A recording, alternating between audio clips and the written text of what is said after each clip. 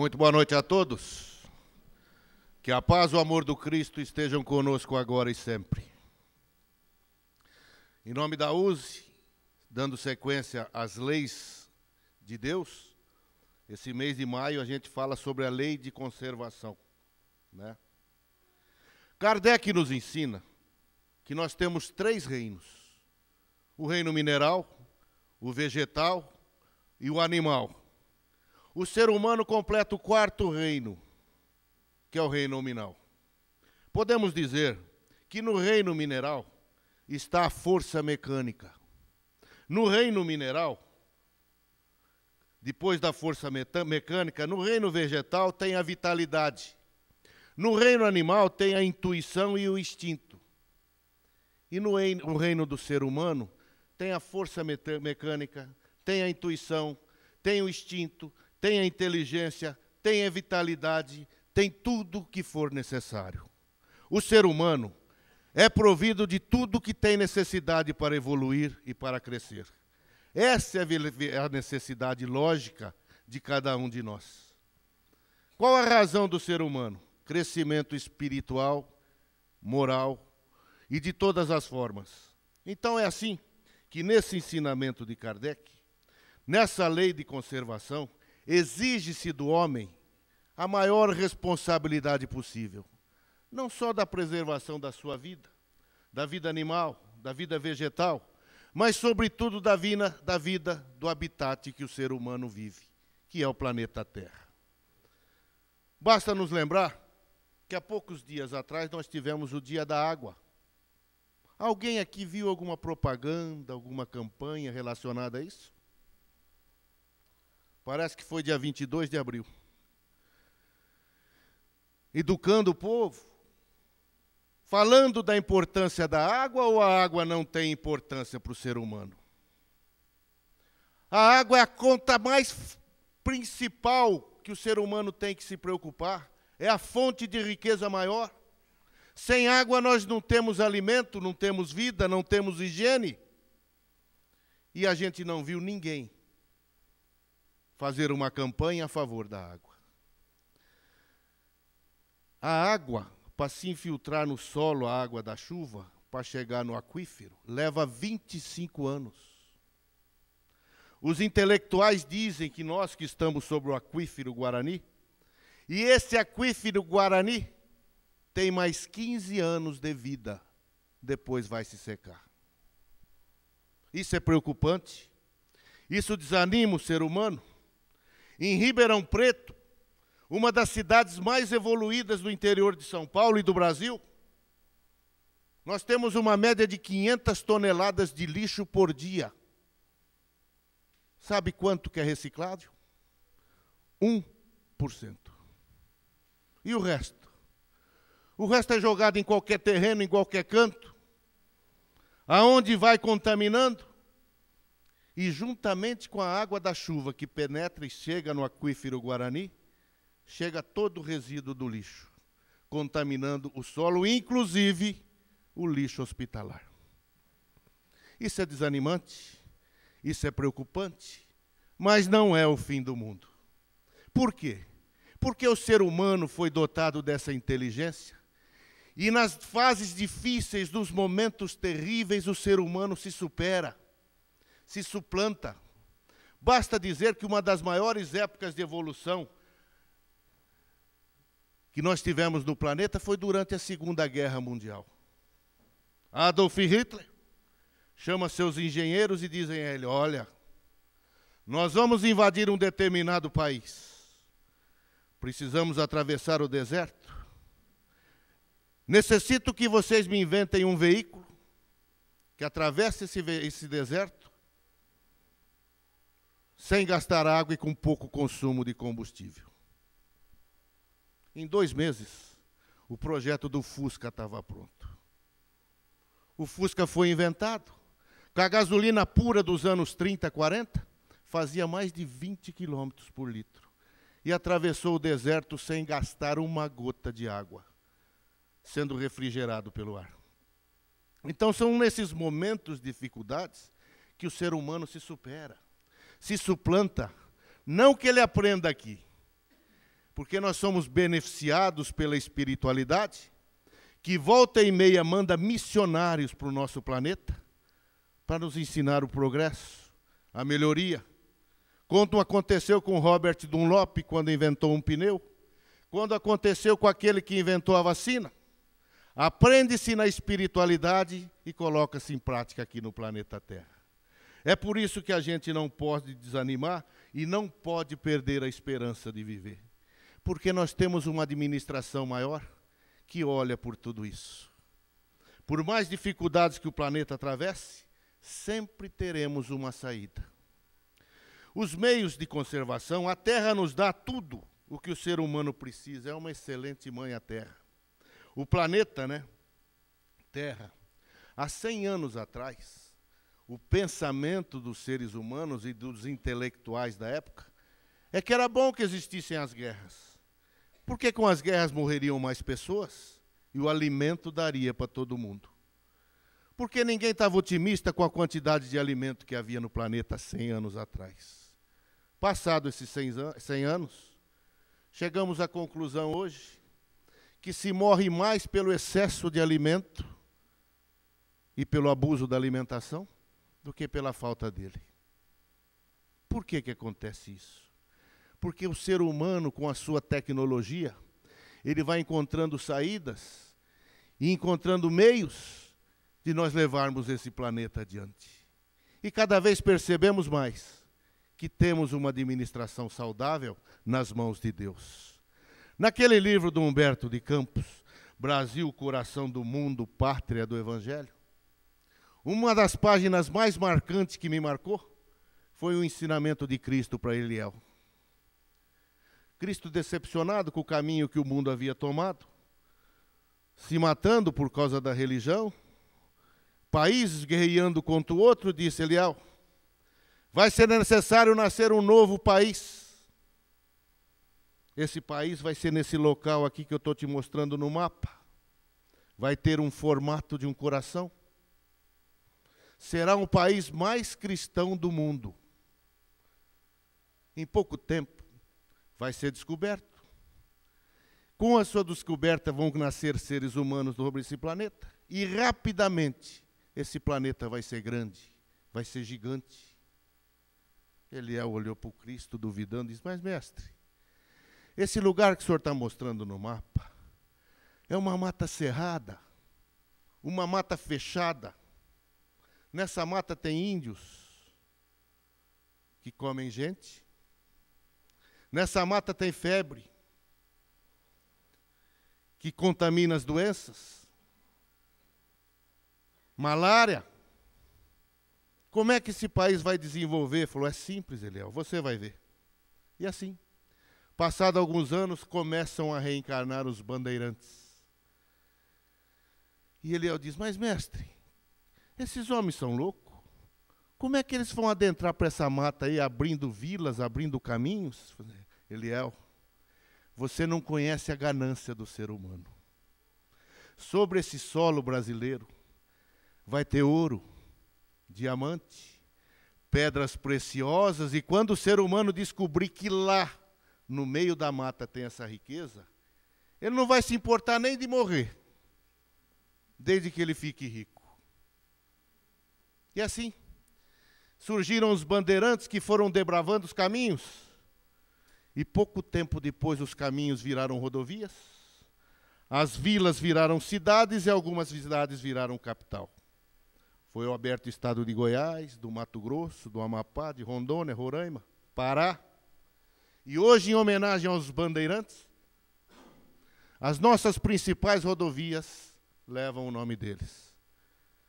Fernão Dias, por exemplo, apaixonado por esmeraldas, desbravou para o lado de Minas Gerais, porque ouviu dizer que lá estava a esmeralda.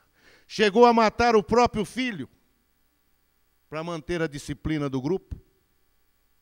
Um belo dia, peneirando nas águas do Rio das Velhas, ele encontra um mineral verde, brilhante.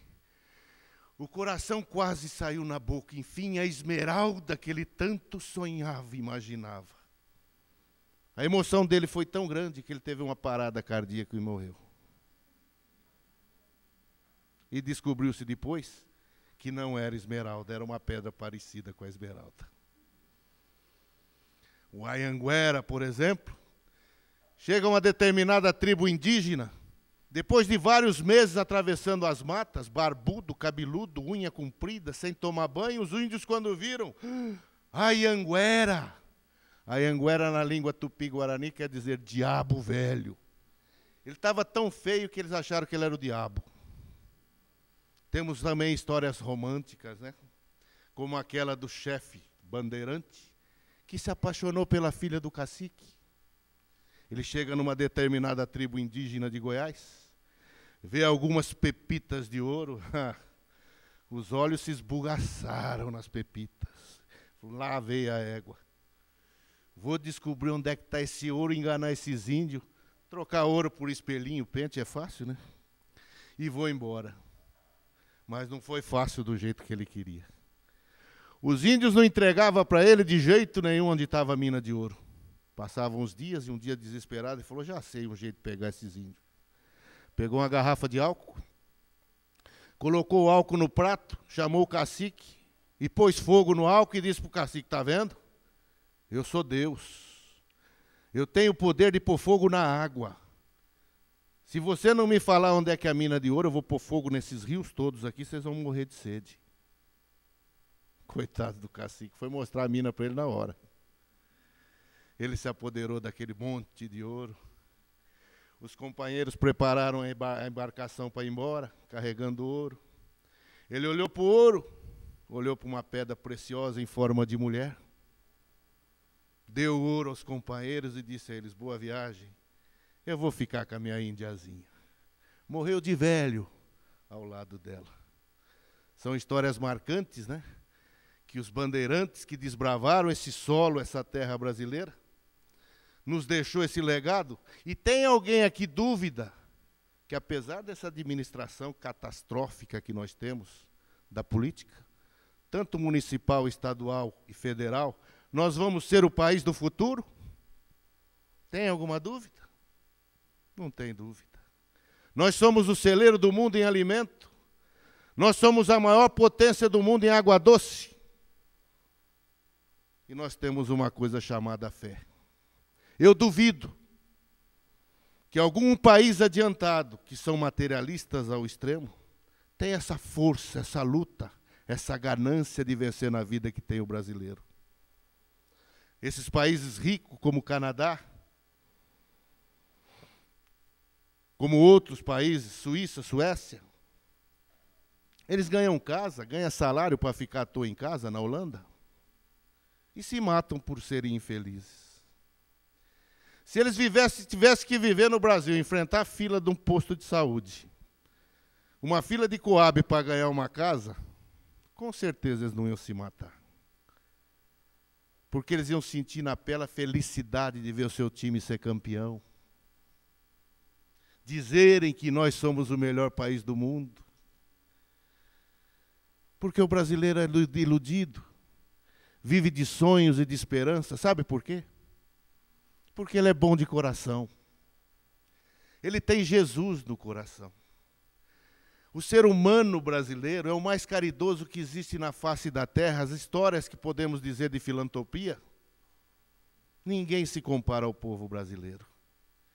A filantropia é um exercício que Deus nos deu de poder aproveitar a encarnação para sermos úteis, para podermos ajudar alguém. Nesse capítulo também fala sobre o necessário e sobre o supérfluo. Quem pode distinguir o que é necessário, o que é supérfluo? O necessário para mim pode ser supérfluo para o outro. O supérfluo do outro é o necessário para outro. Cada um sabe onde o calo dói. Falou que certa vez lá no México, numa praia mexicana, e as praias do México são as mais lindas do mundo, abraçadas e banhadas pelo Caribe mexicano, um americano rico, estudado, inteligente, já idoso, nos seus 70 e poucos anos de idade, tirou férias. Foi passar uns dias nessa praia mexicana, tranquilo, sossegado, pondo os pensamentos em dia, e toda manhã ele reparava que chegava um pescador simples, humilde, que morava numa casa beirando a praia, com a sua canoinha, encostava ali, e ele chegava perto, reparava que tinha 4, 5 peixes. E o americano ganancioso pergunta para o pescador: mas meu amigo, só pegou isso? Ele falou: só, não preciso de mais. Esses peixes aqui é o necessário para mim. E o americano diz: não pode ser assim, meu irmão. Você tem que pescar o dia todo, encher essa canoa de peixe. E o mexicano diz a ele, pescador: mas para quê? E o americano diz: o que você vai fazer agora? Ele falou: é simples. Eu levanto de manhã, pego meus peixinhos, levo no bar, vendo para o dono do bar. Com o dinheiro eu compro um arroz, um feijão, um café. E o reais, e o que faz? Vou para casa ajudar a patroa a fazer o almoço. Depois do almoço tiro uma siesta. Vou jogar bola com meu filho de tarde, empinar pipa, andar de bicicleta. De noite vou no barzinho da vila, tomo umas e outras, toco violão, canto uma música com os amigos. Ah, é muito gostoso lá. Eu sou muito feliz assim. E o americano diz: não pode. Eu sou formado em MBA. E vou te explicar, você tem que pescar o dia todo, pegar o peixe, comprar uma canoa maior. Com a canoa maior você vai ter mais peixes. Com mais peixes você compra 2 canoas, 3 canoas, põe um pessoal para trabalhar para você.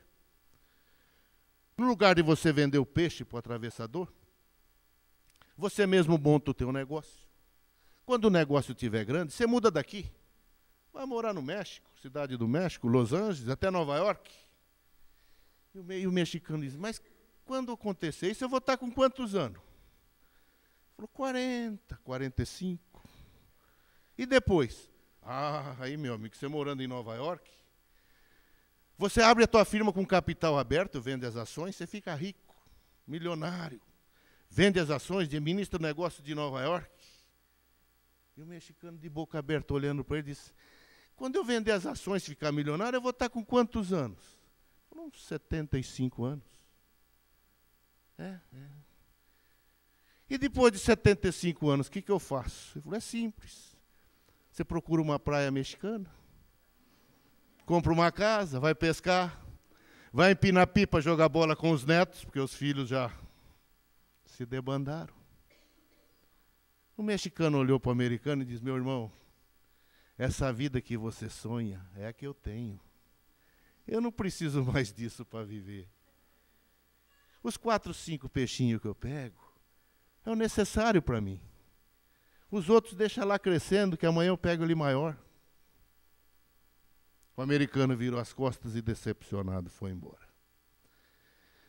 Podemos também dizer a respeito, como diz o capítulo aqui, do que é privações voluntárias.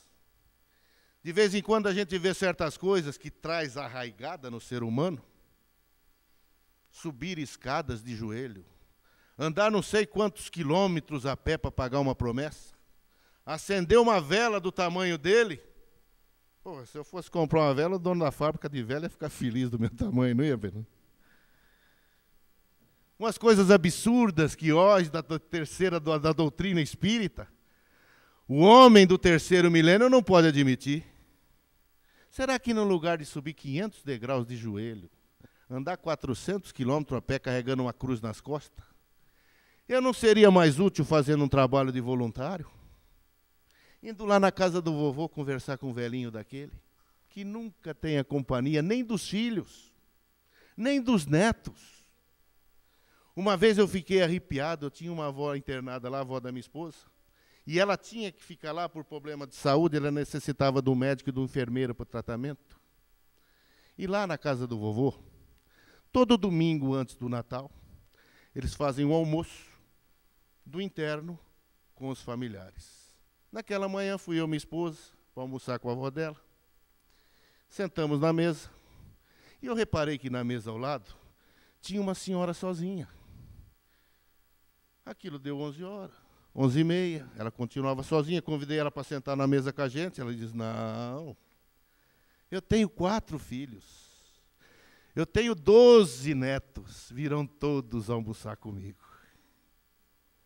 Deu meio-dia, meio-dia e meio, 1 hora, 2 horas. Os trabalhadores começaram a limpar as mesas e a senhora continuava sozinha na mesa. Aquele dia,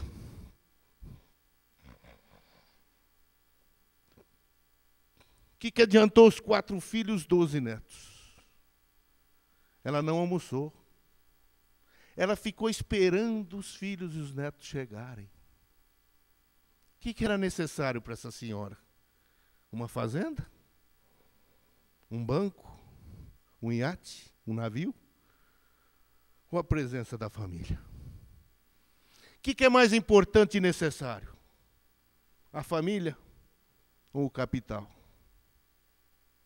Então não adianta a gente subir uma escada de joelho, andar 400 quilômetros a pé, se o coração não está voltado para a caridade. Que utilidade isso tem? Onde é que está a fé raciocinada? O trabalho de voluntário hoje é uma das coisas mais importantes que existem na face da terra. A casa do vovô precisa. A moça que sabe fazer uma unha, cortar um cabelo, cuidarem das senhoras. Será que elas não vão ficar felizes com as unhas feitas? O cabelo penteado? Os senhores com a barba feita? Ter alguém para contar as histórias da vida dele? Porque quem é que não gosta de contar histórias do que fez, do que viveu? Hoje, ouvir é uma das maiores caridades que o ser humano pode praticar. E ninguém tem paciência de ouvir ninguém. Quando o velho começa pela 5ª vez contar a mesma história, já diz, lá vem a mesma história outra vez. O que tem? É a história que ele gosta de contar. Cada boca fala o que o coração está cheio. Que prazer ouvir alguém dizer uma história, contar um caso. A verdade é que o ser humano nunca está satisfeito com o que tem. Tem aquela história que eu conto sempre do dentista de São Paulo. Ele tinha um consultório no Vale do Anhangabaú, em São Paulo. Um trânsito terrível, um barulho infernal, uma poluição horrível. E lá ficava o consultório desse dentista. Ele era apaixonado pelo Pantanal do Mato Grosso. Louco para conhecer o Pantanal. Todos os anos, uma caravana de amigos ia para o Pantanal. Um ano ele não pôde ir porque não tinha dinheiro. No outro ano não foi porque tinha compromisso. No outro ano não foi porque tinha que fazer um curso. Os anos foram passando, os amigos iam. Voltavam cheios de histórias com os peixes, com as fotografias. E ele com água na boca. Tanto que ele comprou um quadro, colocou na sala de espera do consultório dele, que era uma casinha de sapé à beira de um rio, com um matuto fazendo cigarro de palha e as galinhas pastando na frente. Cena típica do matuto do Pantanal. Um ano deu certo.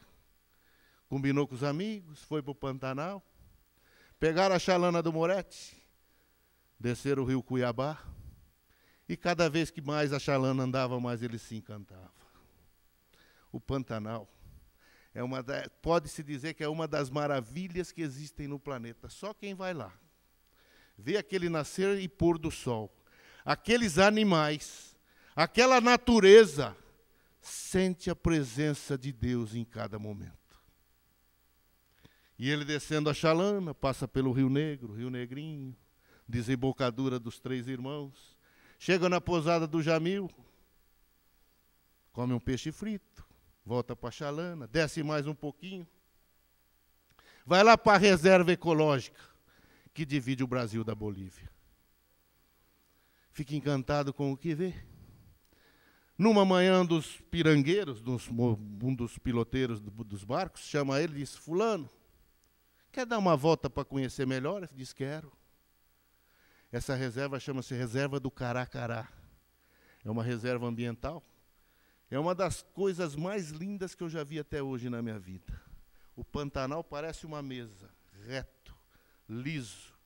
De repente, uma baita de uma montanha que faz a divisa de cá, Brasil, de lá, Bolívia. Ali encontram-se as águas do rio Paraguai com do rio Cuiabá, formam um imenso lago com uma água escura como uma Coca-Cola, mais pura que dá até vontade de beber.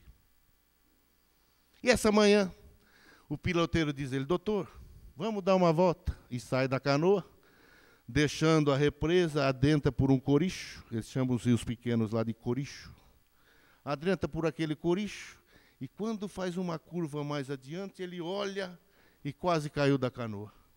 O quadro que ele tinha no consultório dele era o que ele estava vendo. Aquele barranco, a casa de sapé, com um matuto fazendo cigarro de palha sentado, as galinhas pastando. Ele diz ao pirangueiro: para aí, que eu quero conversar com esse homem, não é possível. Esse quadro é o que eu tenho lá no meu consultório em São Paulo. E eu era louco, eu todo dia fico olhando aquela imagem, eu não aguentava de vontade de estar nesse lugar. Eu quero ir lá. Encosta a canoa, desce, chega na porta da casa do pirangueiro, do matuto. E o matuto diz: chegue, doutor. Mulher, passa um café, temos visita. Ele adentra na sala desse matuto e leva outro susto. Uma folhinha que foi cortada os dias, as datas, só está fotografia. Sabe o que era a fotografia? O Vale do Anhangabaú, em São Paulo.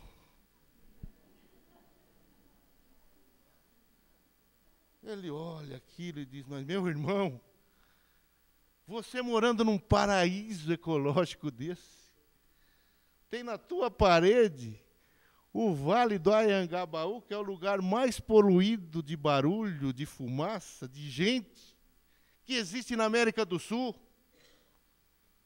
A gente nem pode conversar de tanto barulho que é lá. Uma hora que você fica lá, a camisa branca fica preta. E você tem isso morando numa natureza dessa, numa criação divina como o Pantanal. E o matuto, com aquela calça arregaçada até o meio da canela, descalço, diz a ele: ah, doutor, o senhor não sabe o sonho, a vontade que eu tinha de estar nesse lugar.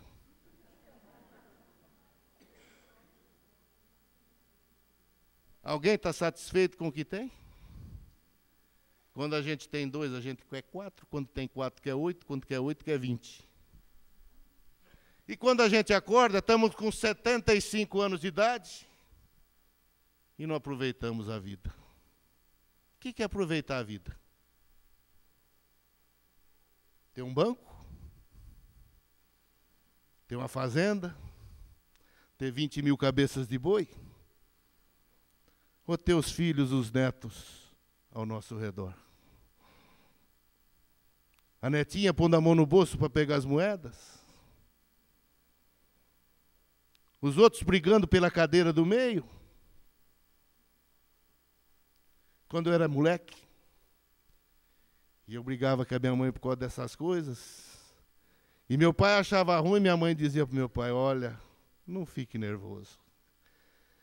Você um dia vai ter saudade desse tempo que as crianças punham a mão no teu bolso para pegar a moeda, brigavam por causa da cadeira, e que você estava dormindo, vinha deitar em cima de você no sofá. Eu não dei importância, não. Naquele tempo. Não é que ela tinha razão? Que saudade dos meus filhos, quando eu podia levá-los no parquinho. Será que eles vão no parquinho comigo hoje? Se eu falar isso para eles, me interna lá no Santa Teresa.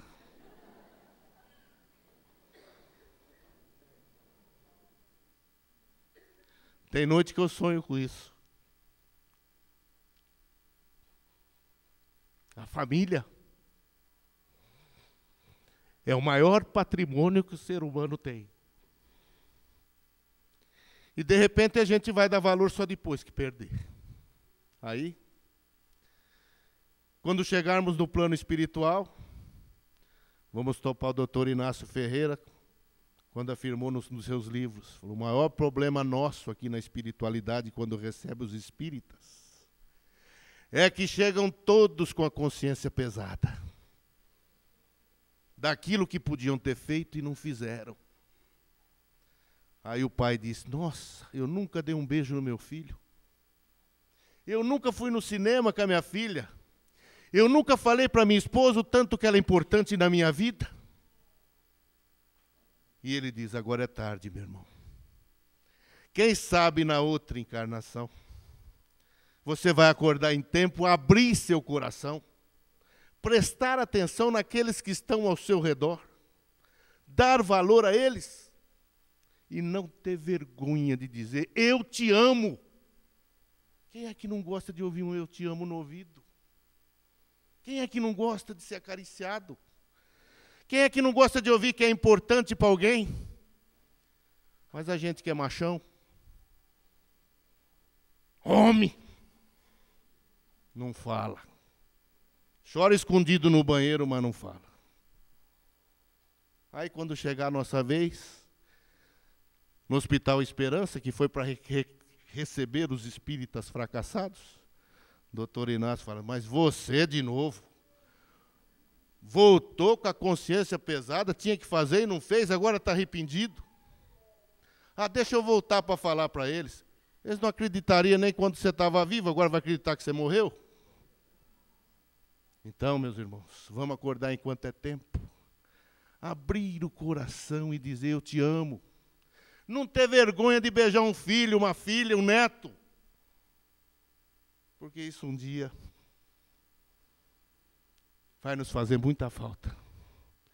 E nós vamos ter muita saudade, muita, do tempo que já passou.